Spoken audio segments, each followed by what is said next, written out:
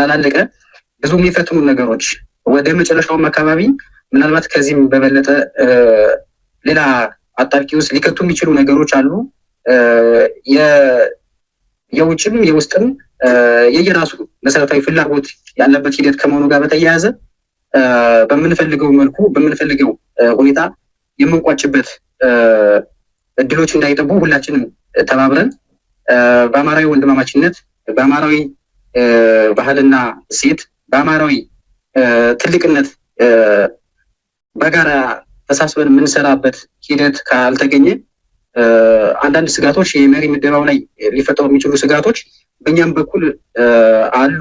ምናልባት ተስተካክለው ቅርጽ ይዘው ይሄ ከአካባቢያዊ ስሜት ከአካባቢያዊ አስተሳሰብ ከጥላቻ የወጣ አመለካከት ውስጥ መግባት የማንችል ከሆነ ነገሮች ከድርጅቱ ስያሜ የዘለለ ላይሆኑ የሚችሉበት አጋጣሚ ይኖራል ብዬ አስባለሁኝ። ይሄው ነው። መልካም። ከዚህ ጋር በተያያዘ ሻለቃ እንግዲህ በማህበራዊ ሚዲያዎችም በዚህ አካባቢውን ስሜት ወይ የጎጥ ስሜት በጣም እየተንጸባረቁ ይገኛሉና በዚህ ዙሪያ ያለ ሀሳብ ምንድን ነው? እውነት ነው። ምናልባት ብዙ ጊዜ እኔ ማህበራዊ ሚዲያ ላይ ጊዜም ኑሮኝ ሚዲያ ላይ አልከታተልም። እንደዚህ የትግሉ ደጋፊዎች እና ከአንዳንድ ሰዎች ጋር ስንገናኝ እንደዚህ አይነት በተለይ የሆነ የቀጠናን መሰረት ያደረገ አሰላለፎች እና መነታረኮች እንዳሉ እንሰማለን። ምናልባት ይሄ ሚዲያው ላይ ያለው ንትርክ የመሬት ላይ ያለውን ትግል እና የሰራዊታችንን ፍላጎት የእኛንም ዓላማ የሚመጥን ነው ብዬ አላስብም። የኛ ሀሳብ ነው ብዬ አላስብም። ሰው ከራሱ ፍላጎት ከራሱ ጥቅም አንጻር የሚያደርጋቸው መገፋፋቶች ካልሆኑ በስተቀር በዋናነት ግን የትኛውም ቀጠና ላይ ያለውን የሰራዊት አመራር የሚወክሉ አይደሉም። አንዳንዶቹ ግን እንግዲህ ድርጅት ሲፈጠር የአማራ ሕዝብ ከዚህ በፊት ድርጅት ባለመኖሩ ነው ዋጋ የከፈለ ብለን ስለምናምን የአማራ ሕዝብ የሚመጥን በወርዱም በቁመቱም ልክ ግዙፍ ድርጅት እንዲፈጠር ጥረት እናደርጋለን። የሁሉም ምኞት የሁሉም ፍላጎት ነው። ከዚህ ጋር በተያያዘ ይህን ፍላጎት ለማሳካት አዎንታዊ እንቅስቃሴ የሚያደርጉ ሰዎች እንዳሉ ሆኖ ከራሳቸው ፐርሰናል ፍላጎት ደግሞ የሚፈልጉት መሪ እንዲመጣላቸው ወይም ደግሞ የሚቀርባቸው የአካባቢያቸው ወይም በቤተሰብ በግልም የሚቀርቡት ሰው ወደፊት እንዲመጣላቸው ከመፈለግ የሚደረጉ መገፋፋቶች የእኛን ዓላማ የእኛን የትግል ኮዝም የሚመጥኑ አይደሉም። በዚህ ጋር መነታረኮች እንዳሉ ሆኖ በዋናነት ግን በደንብ መታየትና መብራራት ያለበት ህዝባችንም ሰራዊታችንም የትግላችን ደጋፊ ማየት መቻል ያለበት የአማራ ህዝብ ለዘመናት ሲጨፈጨፍበት የነበረው ሲገደልበት የነበረው ሲሳደድበት የነበረው የፖለቲካ ጉዳይ ነው። እነዚህ የፖለቲካ ጉዳዮች ደግሞ ህዝባችን እንደ ህዝብ በዘሩና በቋንቋው ተለይቶ ሲጠቃ የነበረበት ዋናው መሰረታዊ ምክንያት ጠንካራ ድርጅት ባለመኖሩ ብለን እናምናለን። ከዚህም በኋላ የአማራን ህዝብ ግድያና ሰቆቃ ማስቆም የምንችለው ጠንካራ ድርጅት ስንፈጥር ነው የሚለው ሁላችንም የማያሻማ ሀቅ መሆኑን እንረዳለን። ከዚህ አንጻር የአማራ ህዝብ በየትኛውም ቀጠና በየትኛውም ጊዜና ሰዓት ሲጨፈጨፍ ሲገደል አስተዋጽኦ አላቸው ብለን የምናምናቸው ሰዎች ይህንን የአማራ ህዝብ ግድያ አስተባብረዋልን ብለን የምናስባቸው ሰዎች ልክ 2008 ወደ 2010 የተደረገውን የወጣቶችን እንቅስቃሴ የፖለቲከኞችን ትግል የብዙ የአማራ ወጣቶችና ምሁራኖች መስዋዕትነት በይቅርታና በለውጥ ሰበብ ከአማራ ህዝብ እጅ ተነጥቆ የሄደበትን የለውጥ ሐዋርያ የሚባለውን ዘመን ማስታወስ አስፈላጊ ነው ብዬ አስባለሁኝ። ያንንም እንኳን እድል አግኝተው አሁንም ድጋሚ የአማራ ህዝብ መልሰው ወደ ህልውና አጣብቂኝ ውስጥ የከተቱት ግለሰቦች የአብይ አህመድ ስርዓት የምንፈልገውን ቦታ አልሰጠንም ወይም ስልጣን አልሰጠንም በሚል ከኩርፊያ በመነጨ መልኩ አሁንም ፋኖ እያደረገ ያለውን ትጥቅ ትግል የዚህ ትግል ባለቤት እንደው የዚህ አጋዥ ወይም አመካሪም ደጋፊም በመሆን አይደለም፣ የዚህ ትግል ባለቤት ለመሆን ከዚህም እንቅስቃሴዎች እናያለን። ምናልባት እንደ አማራ ፋኖ በጎጃም ወይም እንደ አንድ የአማራ ፋኖ በጎጃም አመራር አሊያም እንደ ግለሰብ የምናገረው የምንታገለውንና የምንታገልለትን መለየት ያስፈልጋል ብዬ አስባለሁ። ከዚህ አንጻር የሚደረጉ ቅድመ መከራከሮች ምናልባት እኛም የምንደግፋቸው እኛም የምንታገልባቸው የትግላችን ነባራዊ ሁኔታዎች ናቸው። ከዚህ በዘለለ የሚደረጉ መገፋፋቶችና መነታረኮች ግን ህዝባችን ወደ ባሰ አሁን ካለበት የህልውና አጣብቂኝ ወደ ባሰ የጨለማ ዘመን የሚወስዱ ስለሆኑ በጥንቃቄ መታየት አለባቸው ብዬ አስባለሁ። ከላይ ያነሷቸውን ነገሮች ታሳቢ በማድረግ ጠንካራ ድርጅት እንዲፈጠር ከተፈለገ የአማራ ህዝብ ይሄ ጦርነት በማሸነፍ ብቻ ህልውናው ይረጋገጣል ማለት አይቻልም። ከዚያም በኋላም ጠንካራ የፖለቲካ አደረጃጀት፣ ጠንካራ ወታደራዊ መዋቅር ሊኖረው ይገባል ብለን እናስባለን። ከዚህ አንጻር ለህዝባችን ጥቅምና ፍላጎት መዛነፍ የማያሳዩ ጠንካራ የሆኑ አመራሮችን አዲስ የዚህ ትግል አብዮት መሪዎች ከፊት እንዲመጡ እንፈልጋለን። በአንድም በሌላም በታሪካቸው ከአማራ ህዝብ ግድያና ጭፍጨፋ አንጻር አብረው የምናውቃቸው ሰዎች ደግሞ የዚህ ትግል ባለቤት እንሆናለን ካሉ ግን ከላይ እንደነገርኩሽ መልካም ይሄ አፋብኃ የአማራ ብሔራዊ ኃይል ውጤታማ መሆኑ ጋር ችግር ሊያጋጥም ይችላል ብዬ እሰጋለሁ። እነዚህ ነገሮች ደግሞ በትኩረት መታየት አለባቸው ብዬ አስባለሁ። አመሰግናለሁ። ወደ ቀጣዩ ጥያቄንም አልፈው እንግዲህ በአፋብኃ ሲመሰረት በመግለጫ በእርግጥ አቋማችሁን ይፋ አድርጋችኋል። ግን አገዛዟንም ድረስ የሚጠቀምበት ጉዳይ ስለሆነ ነው ማንሳት የፈለኩት። ራያና ወልቃይትን በሚመለከት ፋኖን ለመከፋፈያነት እንዲሁም ለማጥቂያነት እየተጠቀሙ ይገኛልና ያንተ ሀሳብ ምንድን ነው በዚህ ጉዳይ? ምናልባት የወልቃይትና የራያ ጉዳይ የአማራ ህዝብ የፖለቲካ የመታገያ መስመሮች ናቸው። ወልቃይትና ራያ ብቻ አይደሉም የማንነትና የወሰን ጥያቄዎች፣ ሌሎችም ቀጠናዎች ላይ ደራና መተከልም አሉ።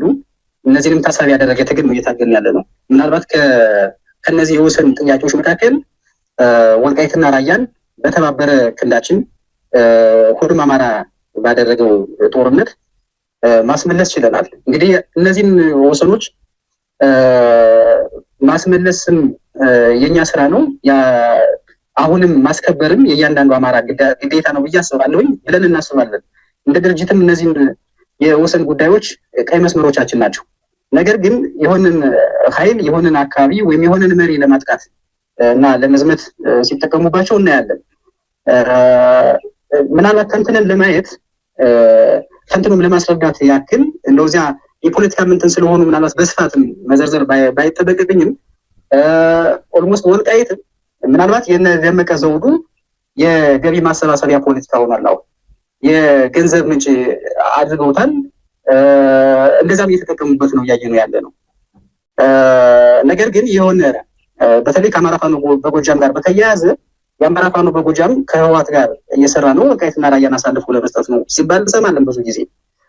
እንደዛ ብለን በመግለጫም በአጀንዳም በቃልም ገልጸን አናውቅም። እንደዚህ አይነት ስምምነትም የለም፣ እንደዚህ አይነት ሀሳቤውም የለንም። ምናልባት ከህገ ደንባችን ውስጥ ወልቃይት፣ ራያ፣ መተከልና ደራ የመታገያ መስፈርት ሆነው እያስተማርንባቸውም እየታገልንባቸውም ያሉ ጥያቄዎች ናቸው። ስለዚህ እነዚህ ጥያቄዎች በግለሰብ ደረጃና በቀጠና ደረጃ ለማጥቃት ጠላትም የራሳቸው ፍላጎት ያላቸው ሰዎችም ስለሚጠቀሙበት ነው እንጂ ወልቃይትና ራያ የሁላችንም ጥያቄዎች ናቸው።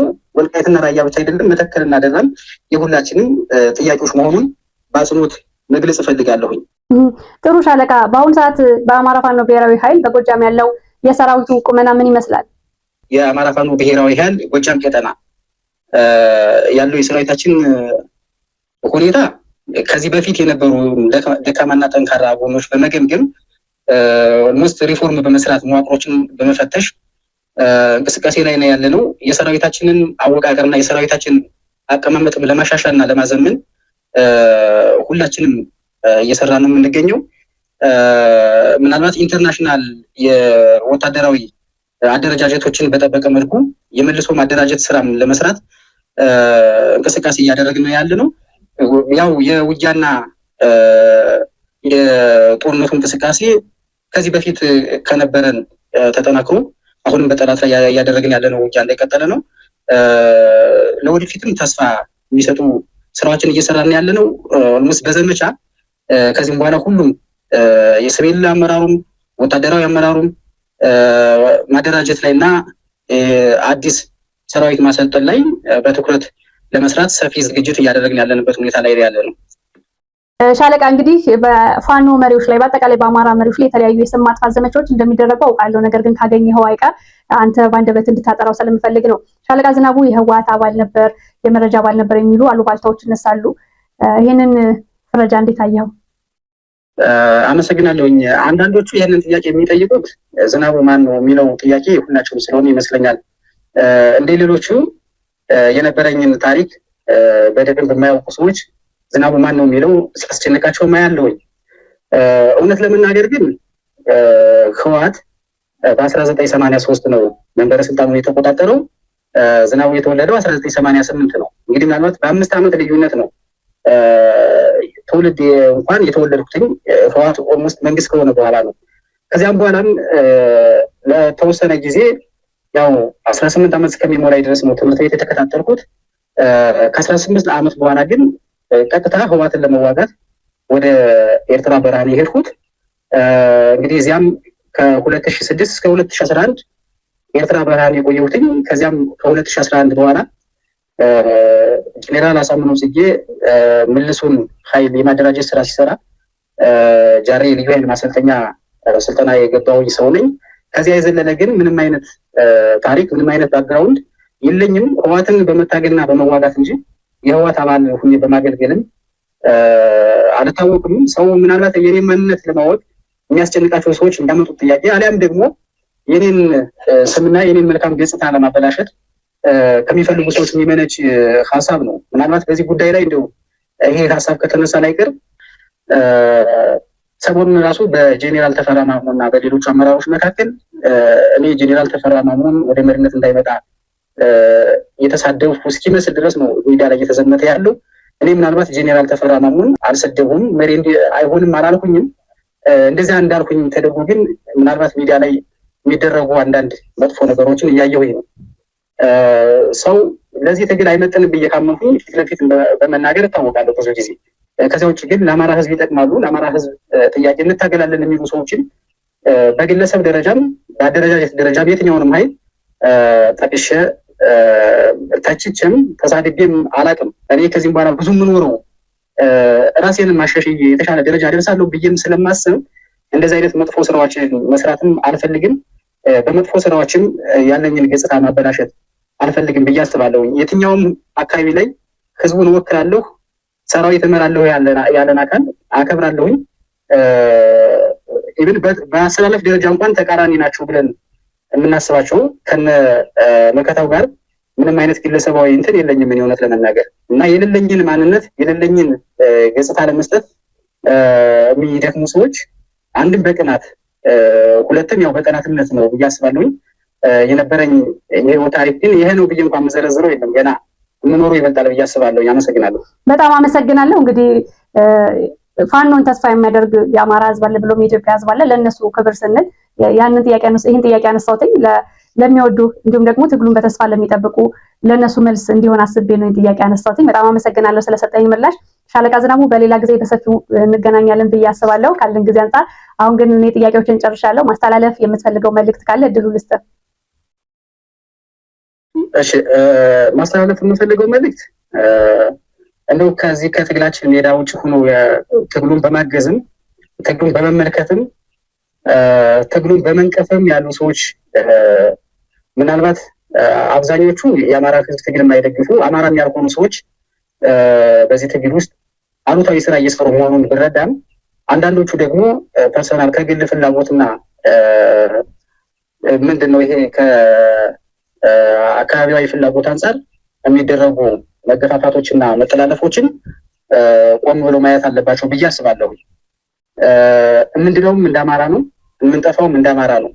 እውነታው ይሄ ሁሉ እያለ ወደ ሰፈርና ወደ አካባቢ እያሰብን በሄድን ቁጥር የህዝባችንን ስቃይ በጥፍ እየጨመር ነው እንደሆነ ሁላችንም መረዳት መቻል አለብን። በመገፋፋት የምናተርፈው ትርፍ አይኖርም። ይልቁንስ በጋራ ቁመን ጠላታችን የሚያደርስብንን ጭፍጨፋና ግድያ መመከት ስንችል ነው። አንዳንዶቹ ደግሞ ዝም ብሎ ውጭ ስለሆን ብቻ የዚህ ያለው መስዋዕትነት፣ ህመሙ፣ ቁስሉ፣ ስቃዩ፣ መከራው አልሰማን ብሎ ከሆነ ምናልባት ሁላችንም ወደ የሰፈራችን ቤተሰቦቻችን ጋር እየደወልን ያለውን ስቃይና መከራ መጠየቅ ይኖርብናል ብዬ አስባለሁ። ተወደደም ተጠላም እዚህ ያለው ኃይል ግማሾቻችን የመከላከያ ልብስ ስናይ ሀገሬ ደህና ሁኝ ብለን የአንድ ብር ፔስታል አንጠልጥለን ወደ ስደት የሄድን ሰዎች ነን። ስደትን መርጠን መሸሽን መርጠን የሄዱም ሰዎች ናቸው አብዛኞቹ እዚህ መጥፎ ስራ እየሰሩብን ያሉ። ምናልባት የትግሉ ባለቤት ለመሆን ትግሉን ለመምራት ከተፈለገ እንኳን ምቹ ሁኔታውን አመቻችተን ወደ ሀገር ውስጥ ገብተው የሚታገሉበትን ነገር እናመቻቻለን። መምራትም ከተፈለገ እዚህ መጥቶ ትግሉን መምራት የሚቻልበት እድል ሰፊ ነው። አውሮፓና አሜሪካ ኡጋንዳ ተቀምጦ ግን እያንዳንዱን ዋጋ የሚከፍልን ሰው እያነሱ ኢሞራላዊ በሆነ መልኩ መዝመት፣ መስደብ፣ ማንቋሸሽ፣ ማዋረድ እውነት ለመናገር ከአማራነት ባህልና ጨዋነትም ያፈነገጠ ነው እና ሰው በራሳቸው ማየት አለባቸው ብዬ አስባለሁ። ይብዛም ይነስም ሀገራችንን ጥለን አንሄድም፣ ህዝባችንን ጥለን አንወጣም ብለን በሌለን ትጥቅ በዱላ ገጥመን ነው እየማረክን እየታጠቅን ራሳችንን እየተከላከልን ያለ ነው።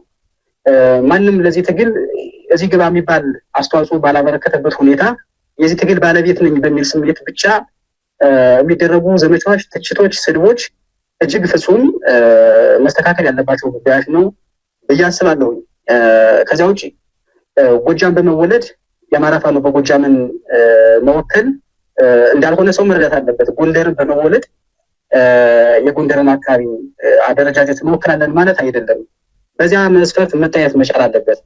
ከአማራነት ሚዛን የምንወርድ ከሆነ አማራነት ማማ የምንወርድ ከሆነ ሁላችንም ወደ ገደል አፋፍ እየሄድን መሆኑን ተረድተን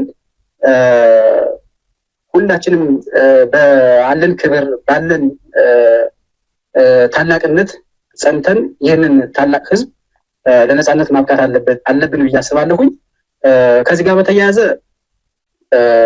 ለወጣቶች ማስተላለፈው መልእክት የመጨረሻ መልእክቴ ምናልባት በስፋት የማሰልጠን እቅዶች አሉ። በስፋት ለምናደርገው ስልጠና ደግሞ በየትኛውም ከተማ በየትኛውም ገጠር ቀበሌዎችና ወረዳዎች የሚኖር የአማራ ወጣት በዚህ ስልጠና ውስጥ ራሱን በወታደራዊ ስልጠናዎች አብቅቶ ለአማራ ሕዝብ የህልውና ትግል መስዋዕትነት ለመክፈል እና ለመታገል ራሱን አዘጋጅቶ ጥሪ በምናደርግበት ሰዓት ትግላችን እንዲቀላቀል ማለት እፈልጋለሁ። አመሰግናለሁ። ከልብ አመሰግናለሁ። ካለን ሰዓት አንጻር ለዛሬ ጥያቄዎች ይህን ይመስላሉ። በሌላ ጊዜ እንደምንገናኝ ተስፋ አደርጋለሁ። ሻለቃ ዝናቡ ልንገረው የአማራ ፋኖ ብሔራዊ ኃይል በጎጃም ቀጠና ምክትል ሰብሳቢና ወታደራዊ አዛዥ ስለሰጠኝ ጊዜ በተመልካቾች ስም ከልብ አመሰግናለሁ። እሺ፣ እኔም አመሰግናለሁ። ይመርቅ ሰላም። እናመሰግናለን። ተመልካቾቻችን ስለተከታተላችሁን ከልብ እናመሰግናለን። ቻናላችንን እየተከታተላችሁ ላላችሁ ሰብስክራይብ፣ ላይክ እና ሼር ታደርጉ እንዲሁም ሜምበር በመሆን ፍሪ ፕሬስን እንድትደግፉ በአክብሮት ጠይቃለሁ። መልካም ሞላ